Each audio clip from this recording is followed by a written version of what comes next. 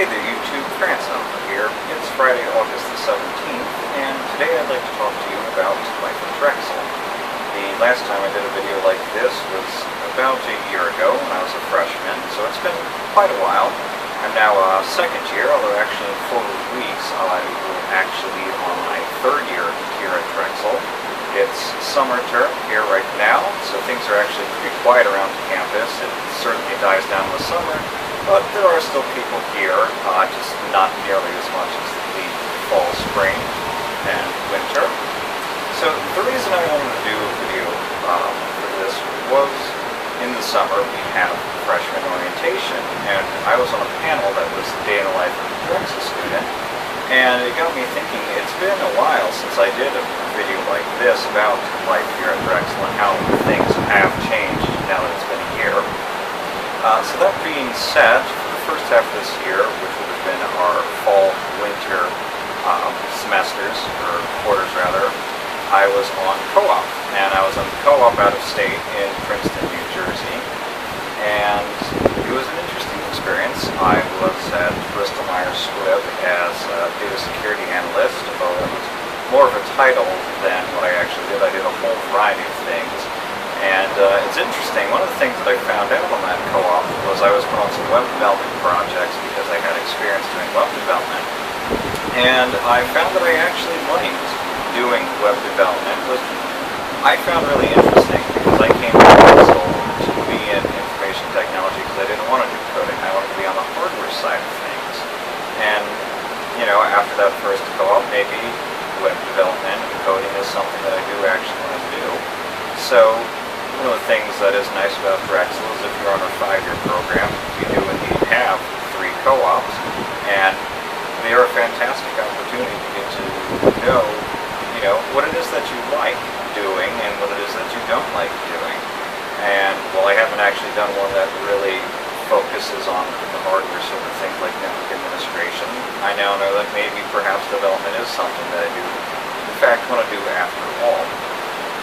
So, as for what life is like as a second year, well, spring term, it was really interesting coming back and seeing all the things that have changed on campus.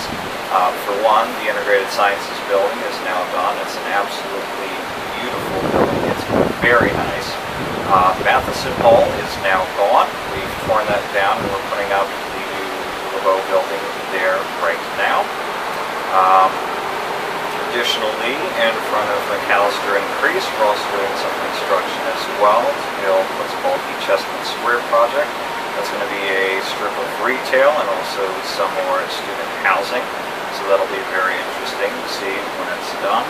Both of those are progressing along quite nicely. In front of the library, we have some minor construction going on right now. I believe they're bumping out the outdoor seating to provide more of that. So one of the things that you will definitely see here at Drexel right now is, in fact, a lot of construction. We are very much building COMAD, which is our media arts building and program. Their building is just about done. Theoretically, it's actually going to be ready to go for the first day of class in the fall term, which will be really interesting. So that means they've got roughly 5 to 6 weeks to get that building all squared away. So we'll see what happens with that, or, well, I won't, because I'll be back in Princeton, actually, for my second co-op, and in fact 5 minutes up Route 1 from where I was for my first co-op, so I will be moving away from Drexel again for co-op out of state, which I think is actually a very nice opportunity. It's definitely not something that you should rule out. If there is a co-op that you're genuinely interested in, even if it's out of Philadelphia, I would definitely say go for it. If it's within the state, there's definitely transit normally that can get you there, SEPTA, either with regional rail, a combination of bus and subway, maybe all 3. In regards to go up out of state, well, there are a number of car share programs here in Philly. In fact, Drexel is now partners with both Zipcar and Philly Car Share, so we actually have fleets of cars on campus that are very close to the dorms that you can rent one of those for the day if you want. probably would get a bit expensive though to do that every day. And since I just have family in New Jersey, I'm just moving back home and dealing with an hour drive to and from work every day. And you know, if you want to go even further in the tri-state area, California, you know, there were a number of co-ops that I saw that I would definitely love to have applied for, but I just don't have the skill set at this point in time. But there's, you know, of course, co-op abroad as well, which I would love to try. I don't know if I will or not, but, you know, we'll see. I'll have one more after this coming cycle. So, in regards to what life is like as a second year here at Drexel, it's kind of like freshman year, except I think you're definitely a lot more busy. Classes can certainly be harder. I did the stupid thing of taking 20 credits spring term, so I was very busy. With that, you know, if you manage your time, you'll get through it. If you don't know how to manage your time, especially by your second year here, you're really going to have trouble because it really is an important skill to have, especially the second year.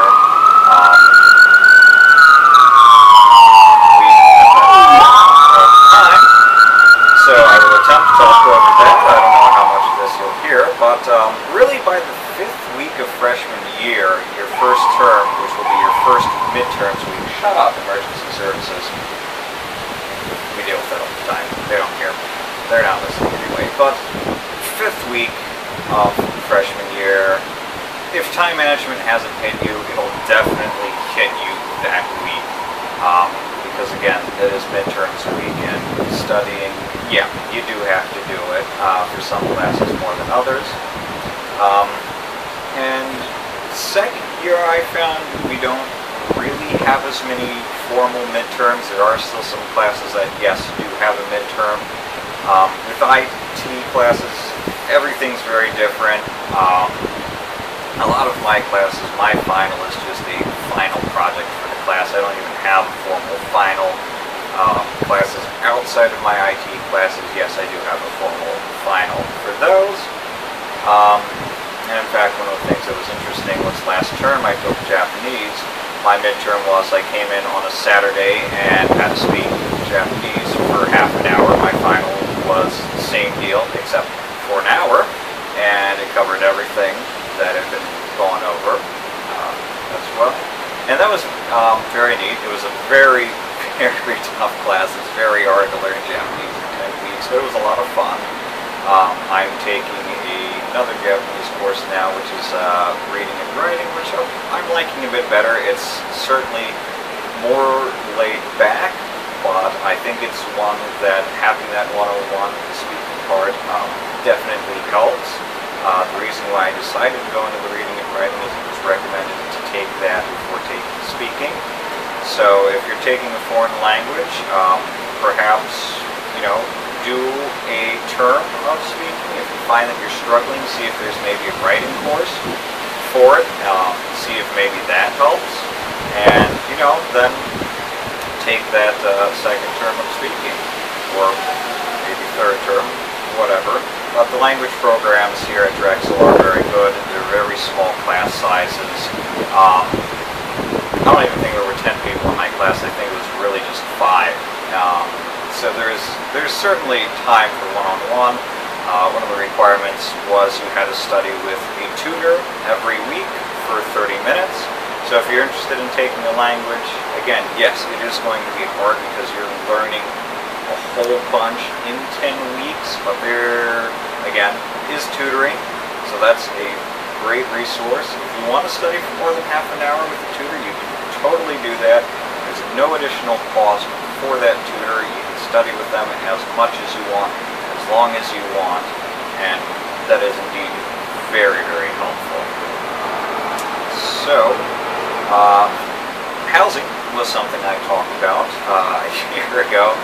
And I got to remember all the things that I talked about a year ago, which is actually kind of hard to do. Actually, we rewatched that video just last night to see some of the things that I did talk about. So housing for upperclassmen, a lot of upperclassmen do indeed move off campus they find their own apartment. But again, there is still on-campus housing available.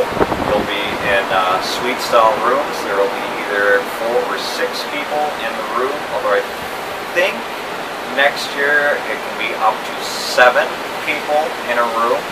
But it's definitely a lot different from freshman living. For one, you have a bathroom that's only shared with 4 people rather than a floor, which is really nice. The dorms are certainly nicer, but one of the things that I do miss from freshman year was that I was in a learning community. Everyone always had their doors open. People would constantly be popping into rooms. You could, just walk down the hall, run into someone.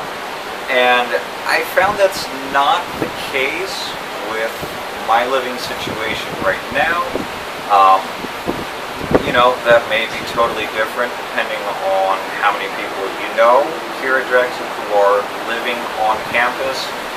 One of the things that was new this year was for next year you actually got to choose what room you wanted to be in addition to your roommates. So theoretically, if you know a whole slew of people that you want to be with, you can actually get all those people to book an entire hall of a dorm now, which is actually really cool. If you do it early enough, your choice of room is indeed the room that you're going to be in. Housing will not change that. The one exception to that is if you go on co-op for fall-winter and you least from your agreement for fall-winter, you may lose your preference. I'll find out when it comes time for me to move back spring-summer. But I indeed will be living on campus again in spring-summer, same building, literally just right across the hall. I would have loved to have stayed in my current room because I wouldn't have had to move if I wasn't moving out already for co-op. But my room got booked. The bright side is now we'll actually have a view. My room, my view is of a building, and it's roof parking lot, so that view does suck.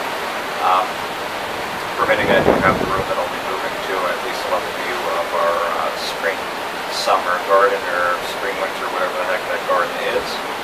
So, to give you an idea of what campus looks like, I am up on the 3rd floor balcony of the Rush building. I've got a camera on a tripod, but I will go ahead and pick it up. So this is the view from the 3rd floor balcony of the Rush building. This is unlocked normally. In fact, pretty much always, I'll just straight up say always when the building's open. There's the door, you just turn the handle, walk out, and it is very nice up here. As you can see, there are outlets, chairs, table. We have these flower beds that we put in. So this is what things look like from up here. Down below, that's our alumni garden. That fountain, I think I showed it before, is always running. Lancaster Walk is that walk there. There's the deck. There is the recreation center. And if we zoom in, that building there is the Integrated Sciences building, which again is now done. Very nice building. Let me zoom out and pan up a bit here. That is a site that you currently see all over campus. That is one of 3 cranes that we have on campus right now. The one that I just showed specifically is for the new business building that's going up. There are 2 more about there. You can't see them because the high school is in the way, that are being used for the Chestnut Street project. Down here, if I can zoom in and you can see it. And we'll wait for the helicopter to pass. We get those all the time too. So that construction there, that's in front of the library. That's the construction I mentioned earlier, which just recently started. And again, I believe they're just redoing some of the outdoor seating there. Unfortunately, it's not the library getting an expansion, which it does still need. The Learning Terrace is actually done. It's actually very nice inside. It is definitely something that is very much used by students, especially during finals and midterms week. That is indeed just as full as the library gets. So yeah, actually from the third floor you really don't get to see much of campus.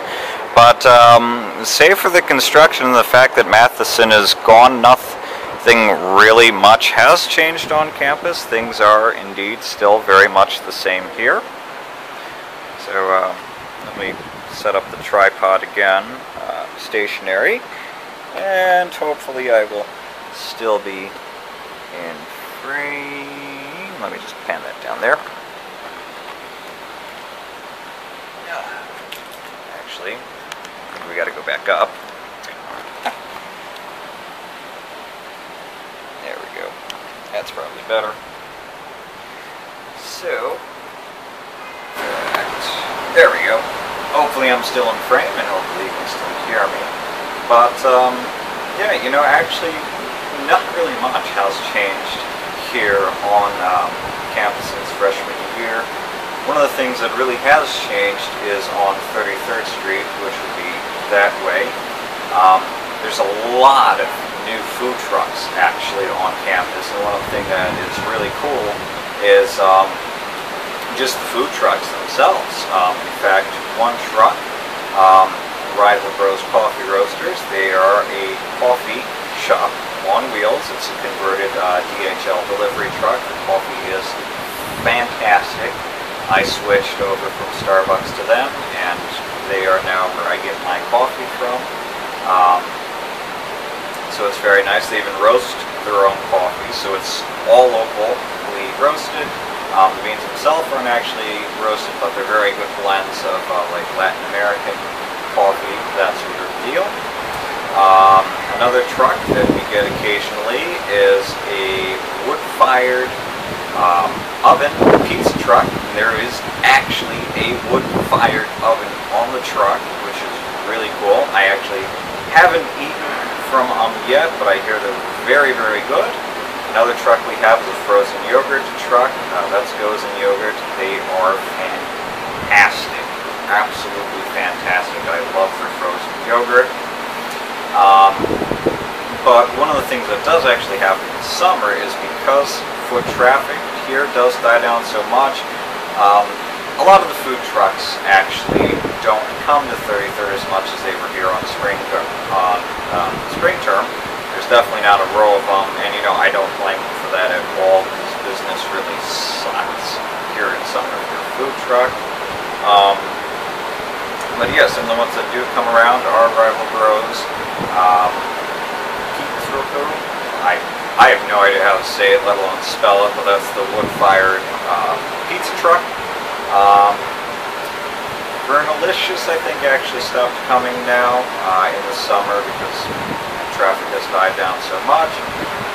Spot Burgers is always here. They are interesting. Their burgers are okay. They're not my favorite. One that debuted here actually just yesterday, and they are phenomenal, is a truck called Street Food Philly. They are very, very, very, very good. I love them. Their food is phenomenal. We also have a dessert truck that comes around, or it's really a cupcake truck, Cupcake Carnival. Their cupcakes are definitely very good. I absolutely love the peppermint patty one. Peppermint just hits right away. It's very refreshing, but not overpowering. The raspberry chocolate is fantastic. Strawberry is fantastic. And they have a whole bunch of flavors that they always rotate out. So in regards to food trucks that, were on campus spring term and aren't here as much now, Vernalicious was one of them. Their menu constantly changes. Food is absolutely amazing. Food truck is another great one. They do an interesting twist on like Asian food, burgers, sandwiches. But it's like a whole tortilla that's actually completely folded and pressed. And they have like lemongrass chicken, meatball, flank steak. It's very, very good. They pop back around here every now and then. Their menu doesn't really change, but it's a very good menu. It's definitely one that you can get hooked on. Say Cheese Philadelphia is another one that comes around. Their menu has been changing, and their food is okay. It won't blow your mind like very much as street food, but or food truck. But it's pretty good. Yumtown is another one. It's all locally sourced food. They're also very good. And one of the things that I really love is a lot of the trucks that are on 33rd do a beautiful thing called Square and Level Up. So if you don't have cash, you're still good. Because with Square, Rival Bros, for example, they actually use Pay with Square, so if you're familiar with it, you open your tab on your phone, leave your phone in your pocket, say your name, ping, it's charged to your credit card. Level Up, what it is your credit card is basically turned into a QR code that is scanned by vendors, and then there's like, the more you spend, you eventually get credit towards the place. When you go to a new place, generally you have like about $1 of credit as well. Yeah, I think Square and Level Up are the two big ones here. You see some people that use Intuit GoPayment, I think it's called, as well. But nonetheless, yes, food trucks here finally take credit and debit cards, which is one of the reasons why I did not do food trucks last year, because nobody took plastic. And in a city where it is plastic that talks, you know, you get the following. Yes, people are going to pay you with cash, and if your prices are so low that, you know, it doesn't make sense to pay the credit card fee, then yeah, you know, it's understandable that you're only going to take cash rather than credit. But I do like the ones that do take credit, because, you know, it's really easy. And again, with Square and Level Up, it's all on your phone. You don't even have to get your wallet out, which I really love. So in regards to the things that I do in my free time now, this year as opposed to last year, is I am constantly in the city now. I'm a member of the Art Museum, the Franklin, Drexel Botany Academy of Natural Sciences. So this is your membership card, your Dragon card. Just to show that, you get in for free. I'm just constantly wandering the city as well, getting my hair blown into my face by the wind. One of the things that I've started doing a lot this year is finding local coffee places, because, you know, you're going to find Starbucks in the city on pretty much every other block, because yes, we are a city. But the local places, they're slightly more hidden, but they are phenomenal. The coffee that I've been to for all of them are very good. The atmosphere is also very good as well. In regards to how things are with classes, you know, again, second year they're harder, but for the most part things are like freshman year. One of the things we did finally change was our online course system. We now use a system called Blackboard. Yeah, I can't talk today. Learn, which actually freaking works finally. So if you know, pretty much all courses are going to have an online component, some definitely more than others, but it actually works with most browsers now. In fact, I haven't found a browser that it doesn't work on. And for your phone, there's a mobile app as well, which you can get, which does work as well. And, you know, again, second year, going into the third year, things for the most part are the same. Instruction constantly going on. Courses are slightly more difficult, but for the most part, life here at Drexel is still how it has been. Not really much has changed, which is nice. I mean, some things that did need to change have changed, others have not, and you know, I'm still very happy here. You know, there are still some things that are annoying, but you know, they're not really deal breakers. And, you know, again, here in the summer, you know, some people say our campus sucks. Well, clearly those people, you know, haven't been up on our garden. We are, in fact, improving green space quite a lot. The Integrated Sciences building has its bio wall, which is super cool. Along the streets, we've actually started putting in more planters with trees. So trees are definitely increasing in number on campus. In front of the Armory, which would be behind the Rush building there.